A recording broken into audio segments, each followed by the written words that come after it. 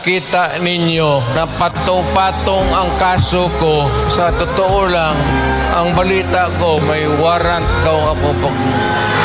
Matagal na akong hinahabol ng mga putang ina. Ano man ang kasalanan ko, na ginawa ko man ang lahat sa panahon ko para may konting katahimikan at mapayapa ang buhay ng Pilipino.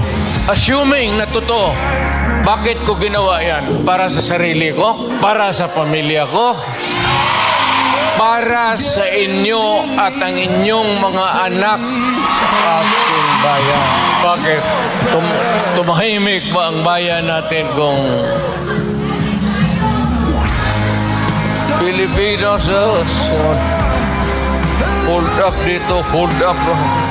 Tayo mga ayaw ng gulo, napipilitan tayo to confront evil because nandyan sa harap natin.